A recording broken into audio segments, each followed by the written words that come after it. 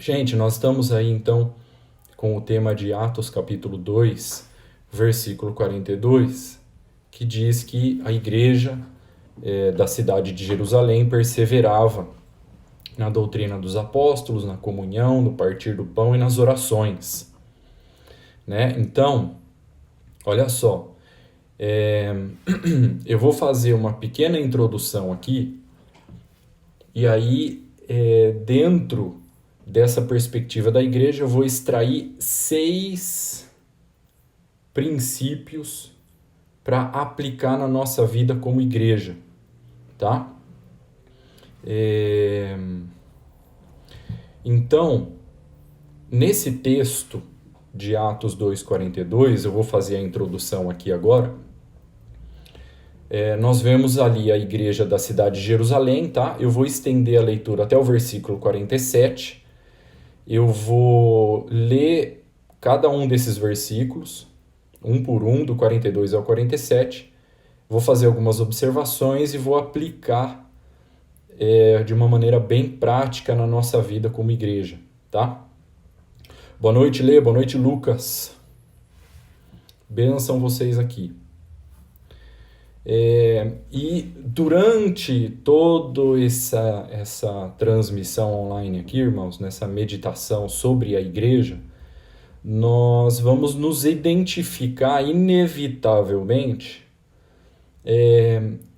com esses princípios que nós vamos encontrar aqui nesse texto, e vamos, consequentemente, fazer uma análise daquilo que precisa melhorar e daquilo que está bom na nossa vida, tá? Mas eu não vou aqui falar como um professor, tá? Porque eu sou parte do problema. Mas a palavra de hoje é um exercício, irmãos, para a gente tirar um pouco os nossos olhos das nossas necessidades e colocar um pouco os nossos olhos na necessidade da igreja, tá? Então eu queria te convidar, irmão, com essa palavra de hoje. Nós estamos aqui na introdução, eu já vou entrar nesses 6 princípios da igreja para a nossa vida. Eu queria te convidar a gente tirar os nossos olhos das nossas necessidades um pouco e colocar os nossos olhos na necessidade da igreja. Por quê?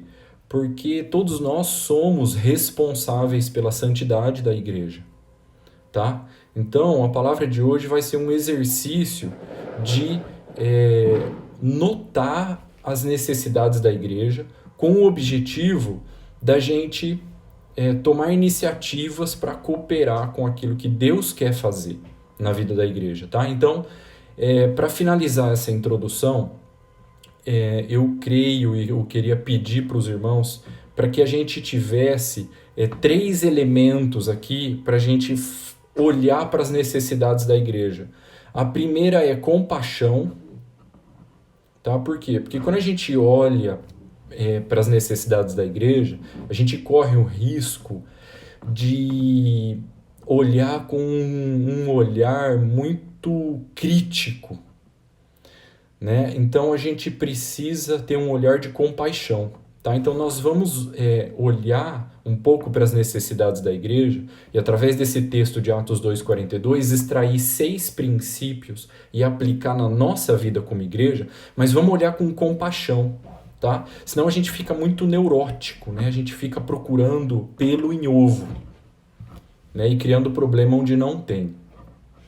Tá? Então eu queria fazer 3 pedidos. O primeiro vamos olhar com compaixão. Tá? O segundo, vamos olhar com um olhar de serviço. Ou seja, procurando como que nós podemos cooperar e ajudar diante das necessidades da igreja.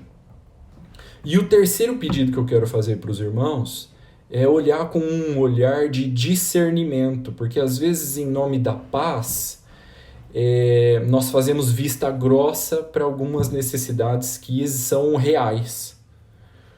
Então, nós vamos olhar aqui um pouco para a vida da igreja, nessa leitura de Atos 2:42 até o 47, e vamos extrair 6 princípios e aplicar na nossa vida como igreja, na nossa realidade, dentro do nosso contexto.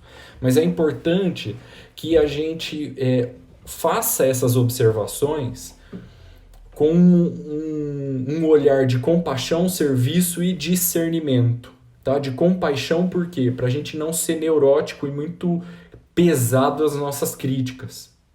Segundo, um olhar de serviço para a gente não ser somente um espectador assistente e não fazer nada para servir e para cooperar. Tá? E de discernimento, por quê?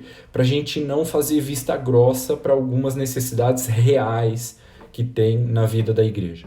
Amém? Ó, Suzana, paz a Deus, paz de Deus, irmãos. Paz, Suzana, glória a Deus, bênção. Amém, irmãos? Então, dada essa devida introdução, eu quero entrar aqui no primeiro princípio. Tá? Se alguém puder escrever aí para mim, por favor. Tá? Primeiro, a igreja tinha verdades apostólicas bem definidas. Atos 2, 42. Então, eu vou ler Atos 2, 42 até o versículo 47. E nesse texto todo eu vou extrair 6 princípios da igreja e aplicar na nossa vida, tá? Não como um professor, eu sou parte do problema, mas eu vou tentar aplicar de uma maneira bem prática, tá? Então, o primeiro princípio o Lê tá falando eu. O Lê, coloca aí então, fazendo um favor. 1. A igreja tinha verdades apostólicas bem definidas. Atos 2, 42. Boa, Lê. Maravilha. Então, o primeiro princípio é esse aí, ó. A igreja tinha verdades apostólicas bem definidas. Atos 2, 42 diz que a igreja perseverava na doutrina dos apóstolos. Então, quando nós falamos de doutrina, irmãos, nós falamos de verdades que trazem identidade para a igreja. Né? Eu já vi congregações que atiravam para qualquer lado porque não tinha verdades absolutas como um fundamento, e por causa disso essa congregação se perdeu porque os irmãos que congregavam lá não sentiam firmeza na liderança, porque a liderança estava sem rumo e não tinha noção de governo para conduzir a congregação para um alvo. Então, era uma congregação onde não tinha fundamento. Tá? Então, quando nós falamos de doutrina dos apóstolos, quando nós falamos de doutrina, nós estamos falando de verdades absolutas da palavra que trazem identidade para a igreja. A igreja ela precisa de identidade bem definida, precisa de impressão digital, precisa de um DNA que funcionam para nós como um ponto estável. Tá? São verdades revestidas de um caráter fundamental. E qual que é o risco que nós corremos, irmãos, em relação a essas verdades da palavra de Deus que nós já temos aprendido? O risco é perder a convicção nessas verdades bíblicas com o passar do tempo. Por quê? Porque o cansaço muda a nossa visão a respeito das coisas. Então, conforme o tempo vai passando, a gente vai ficando mais cansado e parece que às vezes a gente vai ficando mais flexíveis. E por um lado isso é bom, porque a gente vai ficando menos neurótico, né? E quanto mais a gente amadurece, a gente vai ficando mais flexíveis. Mas por outro lado, qual é o risco? E a gente ficar tão flexível e tão livres que essa liberdade beira a libertinagem. E aí, qualquer caso já é qualquer caso, as verdades já não são mais absolutas, e aquilo que para nós era verdade absoluta se torna relativo. Então esse é um risco que nós corremos, perder a convicção nas verdades bíblicas com o passar do tempo. Outro risco que nós corremos a respeito da doutrina apostólica é o quê? Mudar de convicção por conveniência. Então, por exemplo, eu abri uma empresa e eu não quero pagar imposto, então eu mudo de convicção. Esse imposto vai tudo para os ladrão político, corrupto, então eu não vou pagar. Então eu mudei de convicção por conveniência, porque eu não quero pagar imposto. Então, isso é um risco que nós corremos também como igreja.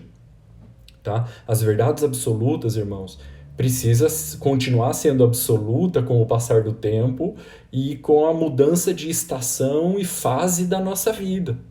Nós não podemos mudar de convicção por causa de conveniência. Amém?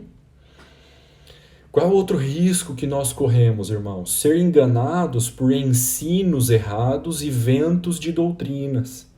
Né? Nós estamos vivendo um momento onde todo mundo fala na internet. Né? E famosos com milhões de seguidores falando gostosinho na internet. Né? Parecia o ursinho Puff. E eles falam tão gostosinho que nos cativa, eles são tão carismáticos e vão introduzindo verdades na nossa mente que não são verdades da palavra de Deus. Isso é um risco que nós corremos. A gente começar bem, fundamentado na doutrina apostólica, mas depois entrar falsos ensinos e vento de doutrina. Isso é um risco que nós corremos. Tá? Então, nós precisamos ter filtros bem definidos. Né? Outro dia eu vi um famoso com milhões de seguidores no Instagram, ele fala bem gostosinho, todo mundo se identifica, ninguém se opõe, é super carismático. E perguntaram assim para ele, eu briguei com o meu marido e aí eu separei, posso casar de novo? Ele falou, pode, vira a página, toca a vida para frente, vai para cima, Brasil, a vida é uma só. E ele falava assim, tão carismático, que é uma delícia ouvir ele falando. Né? Então, isso é um perigo também, e é um risco que nós corremos. Qual é a solução para tudo isso? A solução, irmãos, é reafirmar com frequência todas essas verdades da palavra que nós temos aprendido. É por isso que Paulo fala em Filipenses, não me desgosta e a segurança para vocês, que eu lembre vocês das mesmas coisas. Tá? Então é importante a gente volta e meia reafirmar as verdades que nós já temos aprendido, para que isso seja bem consolidado no nosso coração. Qual outra solução que eu apresento diante desse risco aqui? Procurar abordar essas mesmas verdades de sempre de uma forma diferente para não parecer enjoativo. Né? Então, por exemplo, uma verdade que nós repetimos muito que é olhar para Jesus. Né? Só que usando sempre aquele texto de Hebreus 12. E aí os irmãos escutam, a mente deles já começa a argumentar assim, é olhar firmemente para Jesus de novo de Hebreus 12. E aí eles a atenção dispersa. Né? E por que nós repetimos tanto, né, essa palavra? Porque é a nossa vida olhar para Jesus. Né? Mas quando nós falamos olhar para Jesus, não é decorar os textos bíblicos da vida e obra de Jesus. É colocar nossa concentração interior na pessoa de Jesus, para que o nosso coração seja apoderado por essa admiração pela vida de Jesus Cristo. Né? Então, qual é a solução que eu apresento para que a gente não perca essas verdades? Abordar essas mesmas verdades de sempre de formas diferentes, né? Para que não pareça repetitivo, maçante e enjoativo. Amém? Ainda dentro desse primeiro princípio, que a igreja tinha verdades apostólicas bem definidas, nesse texto de Atos 2,42 fala de doutrina dos apóstolos. Né? Então eu falei um pouco da doutrina, eu quero falar um pouco dos apóstolos. Por quê? Por causa do seguinte, na igreja da cidade de Jerusalém fala que tinha 12 apóstolos. Esses 12, eles formavam uma figura do presbitério local. Né? O que a gente aprende com isso? Que cada igreja local deve acontecer essa imposição de mãos para estabelecer os presbíteros e os diáconos. Né? Isso precisa acontecer em cada igreja local. Agora, qual é o risco disso? O risco é o estabelecimento do presbitério local pode diminuir a ação dos dons no corpo de Cristo. E aí a gente voltar ao Velho Testamento, onde tem o clero e os leigos, onde tem os sacerdotes que fazem a obra do Senhor e o povo que assiste, né? Então, qual é a solução para esse risco que eu apresento aqui? Conscientizar que todos nós somos sacerdotes. Todo aquele que foi lavado pelo sangue de Jesus é um sacerdote, como fala Apocalipse capítulo 1, versículos 5 e 6. E todos nós, irmãos, como sacerdotes, nós estamos habilitados por Deus para fazer o quê? Para batizar as pessoas, para impor as mãos sobre os enfermos para que eles sejam curados, para impor as mãos para que as pessoas sejam cheias do Espírito Santo, para ministrar a ceia, para fazer discípulos, para pregar o evangelho, para nos mover nos dons. Que mais de solução eu apresento aqui? Dá espaço para que os irmãos funcionem cada um no seu dom. E é justamente por isso, irmãos, que no nosso primeiro domingo do mês, na ceia, nós aplicamos aquilo que está escrito em 1 Coríntios 14, 26. O que fazer quando se reunir? Um tem salmo, outro tem doutrina, outro tem revelação, outro tem língua, outro tem interpretação. Tudo isso seja feito para edificação. Então, existe esse espaço para que os irmãos funcionem cada um no seu dom.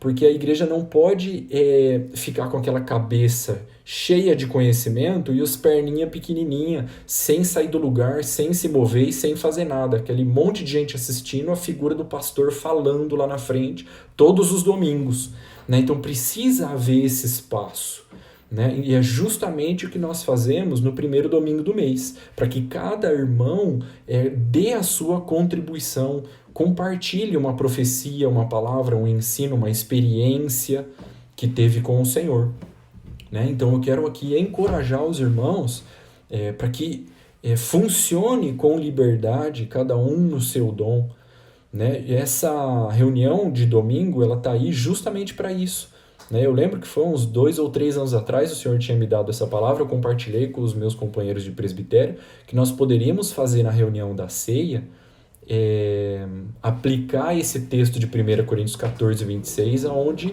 existe esse espaço totalmente aberto, não é o turno de ninguém, né, para que os irmãos funcionem cada um no seu dom. Então esse espaço ele está aí justamente para que os irmãos funcionem cada um no seu dom, exerça o seu sacerdócio. Amém? Olha só, quais outras soluções que eu apresento aqui para a gente resolver esse risco? O Josimar está escrevendo aqui, o corpo tem muitos membros, não um só. É isso aí, o corpo tem muitos membros. A Samara está escrevendo aqui, ó, por isso é preciso que prestemos maior atenção ao que temos ouvido, para que jamais nos desviemos. Hebreus 2:1, é isso aí. Glória a Deus.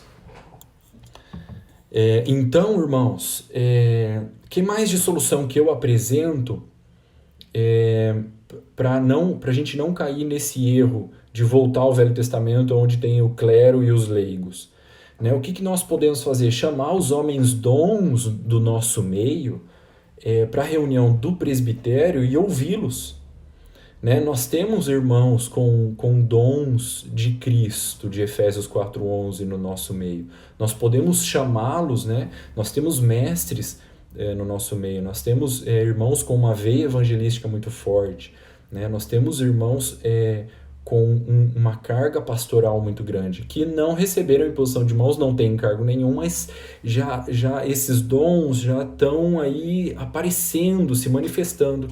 Qual a solução? O que nós podemos fazer? Chamar esses homens dons que nós identificamos no nosso meio para a reunião do presbitério e ouvi-los, para que eles deem a sua contribuição. Nós podemos utilizar os mestres do nosso meio, ainda que não tenham recebido imposição de mãos, para compartilhar a palavra, para ministrar no domingo. Nós já temos, na verdade, feito isso, né? O Márcio Tosta, né, já ministrou algumas vezes, né? O Jadson já ministrou algumas vezes, a Rosana já ministrou algumas vezes, né? Eu não sei se eu estou esquecendo de mais alguém aqui, mas nós temos feito isso justamente para que a gente não caia no erro de voltar àquela coisa do clero e dos leigos, porque a imposição de mãos ela precisa acontecer onde estabelece os presbíteros e os diáconos, mas isso dá algumas responsabilidades específicas, mas com isso a gente não pode perder, né, a manifestação dos homens dons no nosso meio.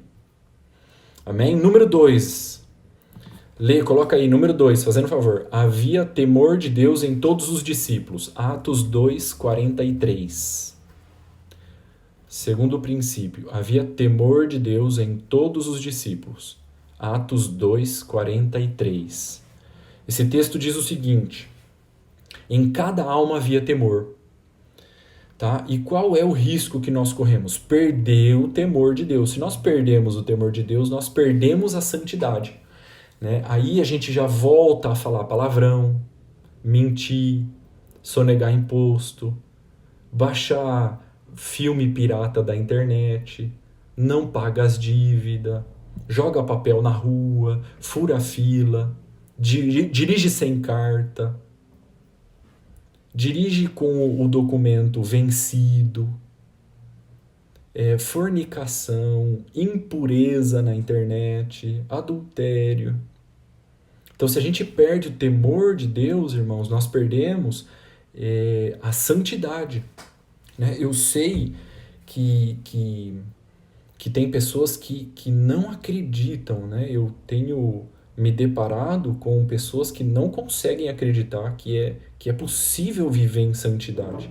Né? Mas eu acabei até conseguindo entender essas pessoas, porque essas pessoas não conseguiram viver em santidade, então elas acham que ninguém vive em santidade. Né? Eu chamo isso de o caminho do decepcionado. Né? Então, quando era solteiro, o seu caráter não alcançou viver em santidade e criou expectativa com o casamento, achando que o casamento ia resolver o problema da santidade, da impureza, de clicar errado na internet. Aí ele foi pro casamento e percebeu e descobriu que o casamento não resolve, que o casamento não resolve isso daí. Né? Quantas esposas acordam 3 horas da manhã, o maridão tá lá no sofá acessando coisa errada no celular. Né? Então, é o que eu chamo do caminho do decepcionado. Ele não conseguiu resolver isso em Cristo, na sua intimidade com Deus. Quando era solteiro, seu caráter não alcançou esse nível de santidade, foi com expectativa para o casamento não resolveu, ele ficou decepcionado, ele acha que é impossível pessoas viverem em santidade aqui no planeta Terra. Então ele olha para todos com um olhar a partir do seu fracasso, né? Com a lente da sua decepção, da sua fé. Então acha que ninguém consegue viver em santidade. Né? Mas eu tô aqui para contrariar essas estatísticas e falar para os irmãos que é possível sim viver em santidade. Viu? É só ler a Bíblia. Né? A gente crê que Deus ressuscita morto, que restaura casamento, e não crê que é possível viver em santidade. Né? A palavra fala, tudo posso naquele que me fortalece. Está escrito. Né? A palavra fala que aquele que está em Cristo é uma nova criatura. As coisas velhas se passaram, tudo se fez novo, está escrito. Então é possível, irmãos, viver em santidade. Agora, por que a igreja tem tanto problema com isso? Porque falta temor. Falta temor de Deus. O temor de Deus, a palavra fala aqui que em cada alma havia temor de Deus. É o que gera essa santidade na nossa vida.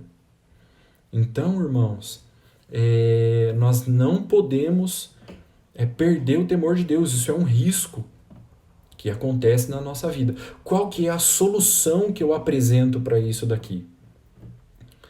A solução que eu apresento é decidir firmemente no nosso coração não nos contaminar com esse mundo.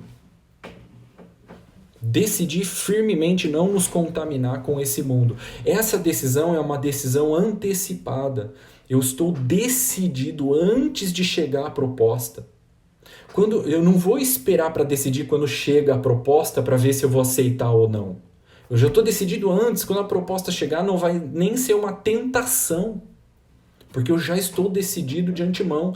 Então, se você sabe qual é o seu calcanhar de Aquiles, você precisa ter um código de fidelidade antecipado a isso.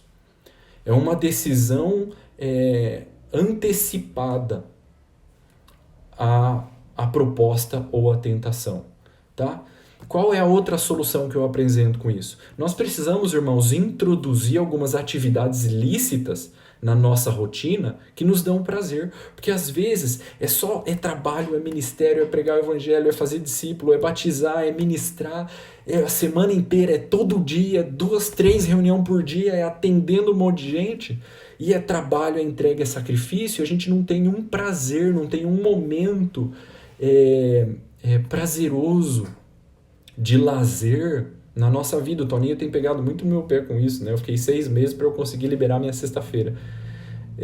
Mas o que eu fiz? Eu comecei a usar a criatividade, introduzir na minha rotina algumas atividades lícitas que me dão muito prazer. Então, por exemplo, quase todos os dias, irmãos, quase todos os dias, à noite, lá pelas 10 horas, já acabou todas as minhas reuniões, o que eu faço? Eu vou na sala da minha casa, eu apago essa luz aqui, ó, e eu ligo o abajur, aí fica aquela meia luz.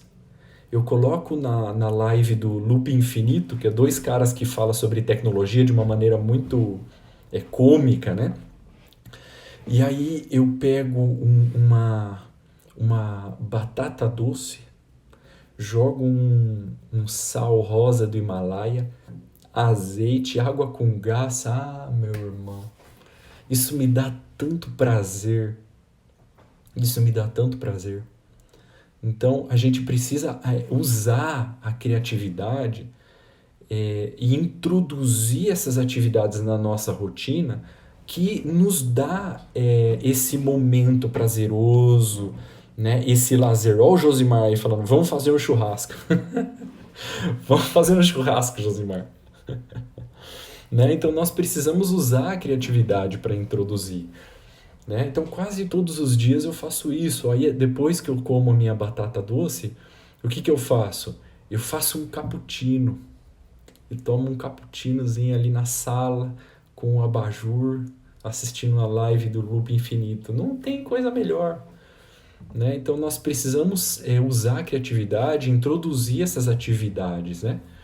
Lícitas na nossa rotina, que muitas vezes é pesada, de sacrifício, de trabalho, de entrega, de renúncia, de cruz, né? Para a gente ter esse momento prazeroso, ter esse momento de lazer também na nossa vida.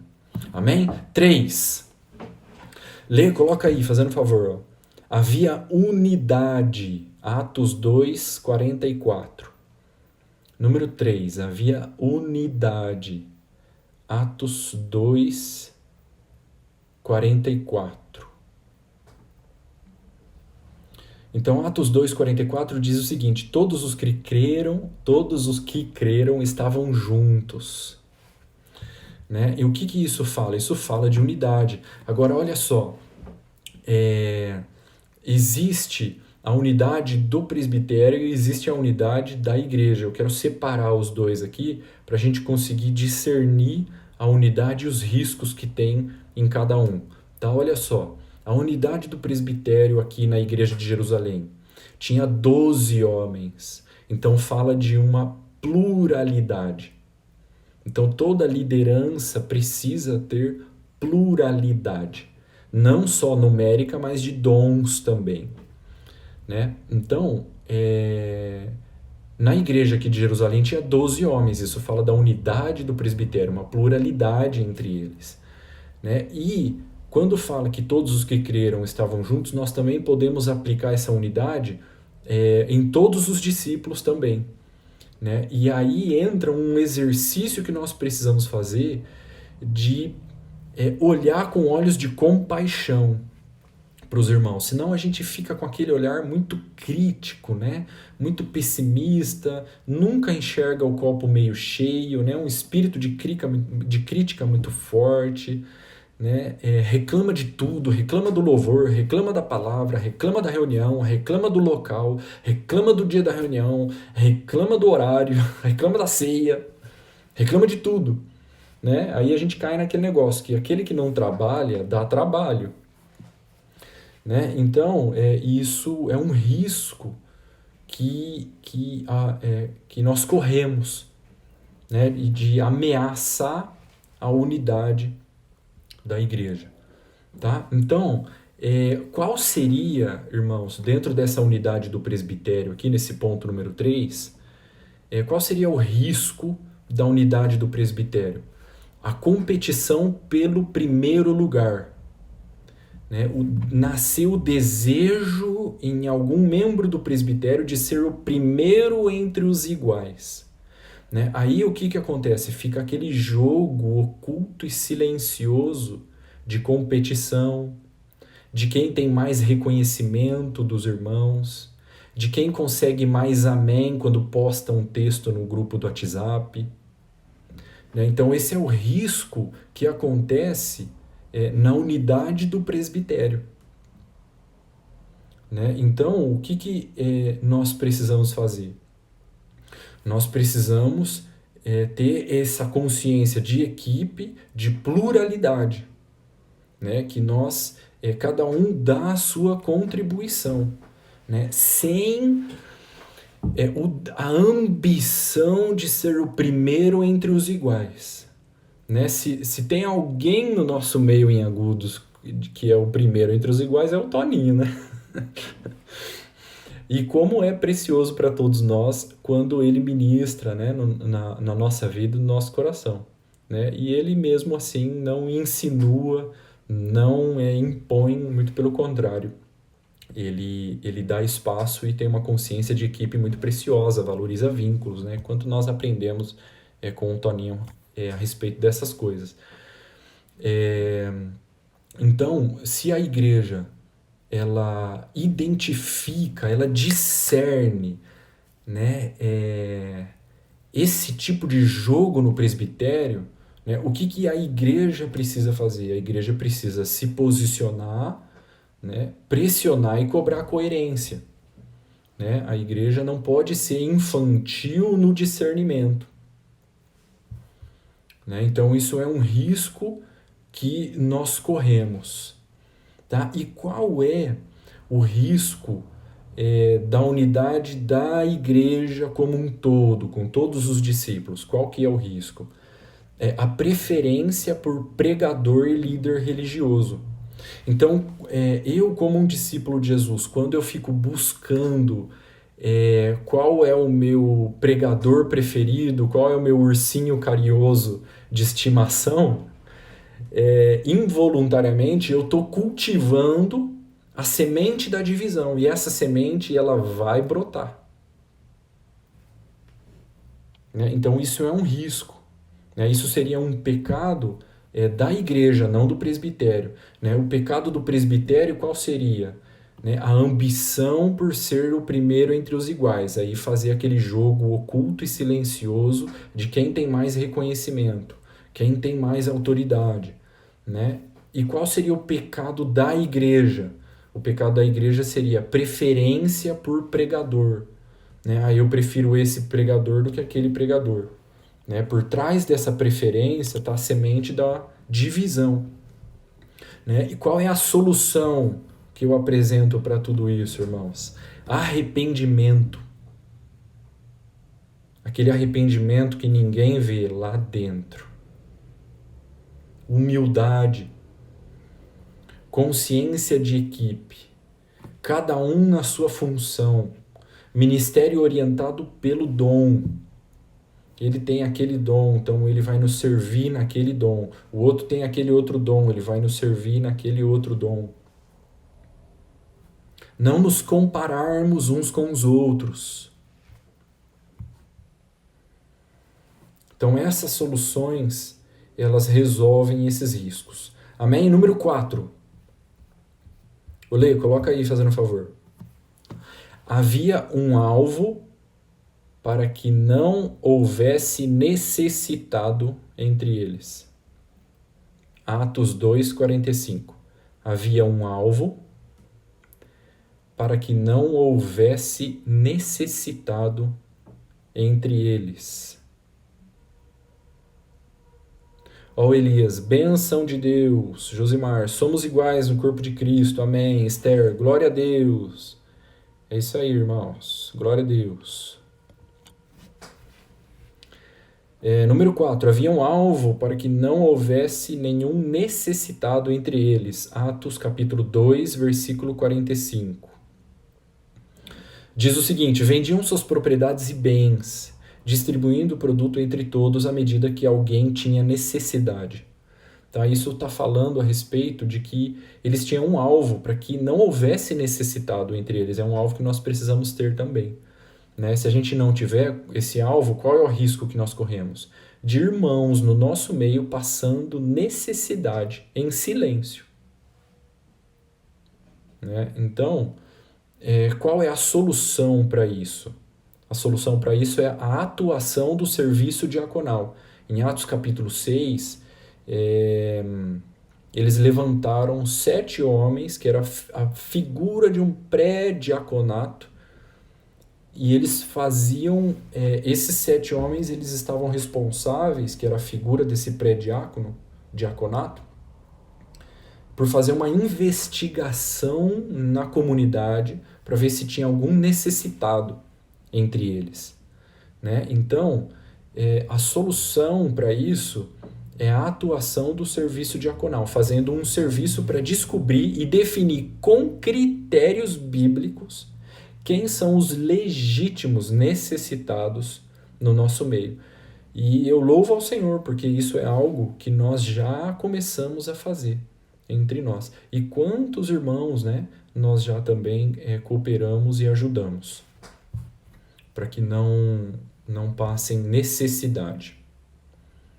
Amém? 5. Coloca aí, fazer um favor.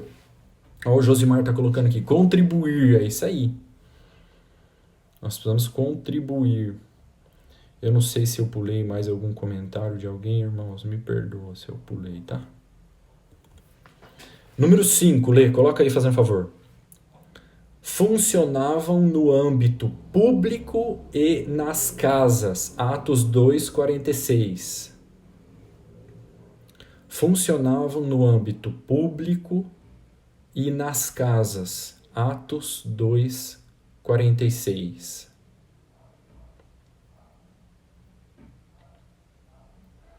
Diz o seguinte: diariamente perseveravam unânimes no templo, publicamente, partiam pão de casa em casa, tomando as suas refeições com alegria e sigileza de coração.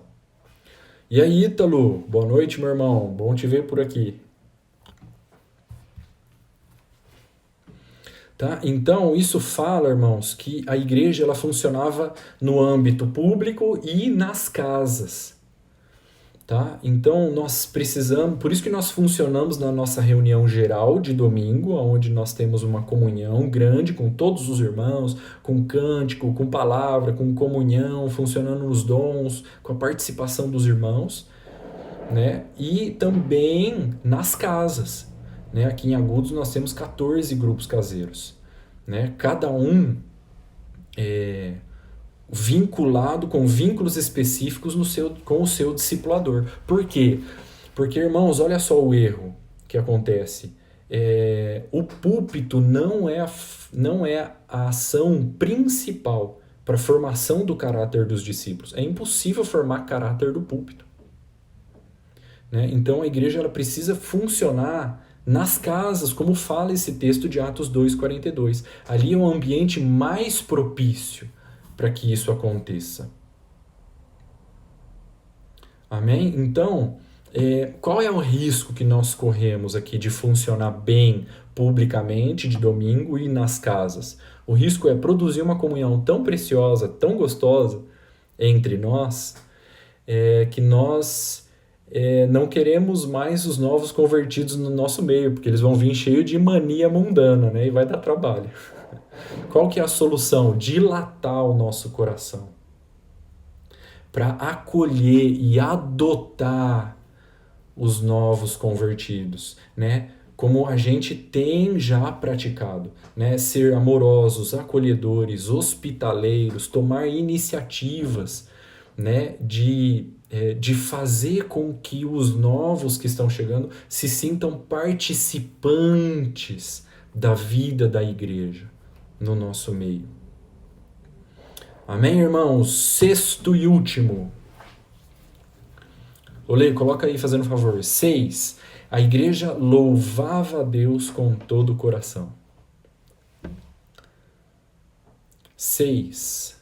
A igreja louvava a Deus com todo o coração. Atos 2:47. A igreja louvava a Deus com todo o coração. Atos 2:47. Diz o seguinte: louvando a Deus e contando com a simpatia de todo o povo. Enquanto isso, acrescentava-lhes o Senhor dia a dia os que iam sendo salvos. Né? Então, qual que é o risco que nós corremos com isso? Perder os motivos para agradecer a Deus. Porque conforme a gente vai enfrentando muitas lutas na nossa vida, parecem muitas lombadas, né? A gente vai ficando amargurado com as tribulações, com as angústias, né? E a gente não encontra mais motivo de agradecer a Deus. A gente perde, né, aquele louvor de todo o coração. Né? Então, o que nós precisamos fazer? Encontrar motivos para agradecer ao Senhor, trazer à memória, né, os benefícios que o Senhor tem feito. O Salmo 103 fala: bendize a minha alma ao Senhor. Não se esqueça de nenhum dos seus benefícios. Né? Então, nós precisamos cultivar essa gratidão para que a gente louve ao Senhor. Amém? Então, o risco é nos acomodarmos, né, com o número de discípulos que nós temos hoje, né, e não cumprir a missão, não nos voltarmos para cumprir a missão e fazer discípulos, né? Jesus nos mandou fazer discípulos. Ah, Márcio, mas você está com mais de 20 discípulos vinculados diretamente com você. Irmão, mas eu não estou impondo esse ritmo para ninguém. O que eu estou dizendo é que nós corremos um risco de nos acomodarmos com os discípulos que temos agora e não nos manter ativos na missão. Porque olha só, a Bíblia fala da igreja eclésia e da igreja dispersa. A igreja eclésia é Atos 2:42, que é a igreja reunida. Isso mantém a igreja viva. Só que em 1 Pedro capítulo 1, Pedro dá uma palavra apostólica para a igreja que havia sido dispersa por causa da perseguição. E eles saíram cumprindo a missão. Então isso mantém a igreja ativa. Então a igreja reunida mantém a igreja viva. E a igreja dispersa mantém a igreja ativa. Nós precisamos funcionar nas duas frentes. A igreja reunida e a igreja ativa. A igreja dispersa. Nós precisamos manter os relacionamentos, mas cumprir a missão.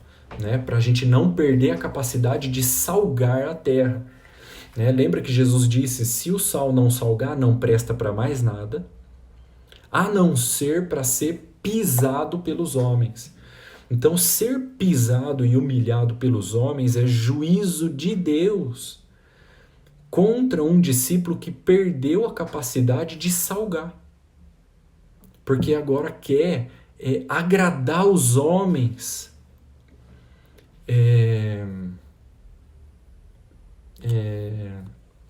Agora está vivendo uma vida para agradar os homens, né? Então isso faz com que a gente perca a capacidade de salgar. Amém, irmãos? Glória a Deus. Para concluir, eu quero lembrar uma palavra que o Senhor tinha me dado, eu compartilhei, acho que em 2019. Aquele texto que diz o seguinte: Ebenezer, até aqui nos ajudou o Senhor. E o que o Senhor falou comigo a respeito disso? Que as coisas que Deus fez no passado, elas nos ajudaram a chegar até aqui onde nós estamos hoje.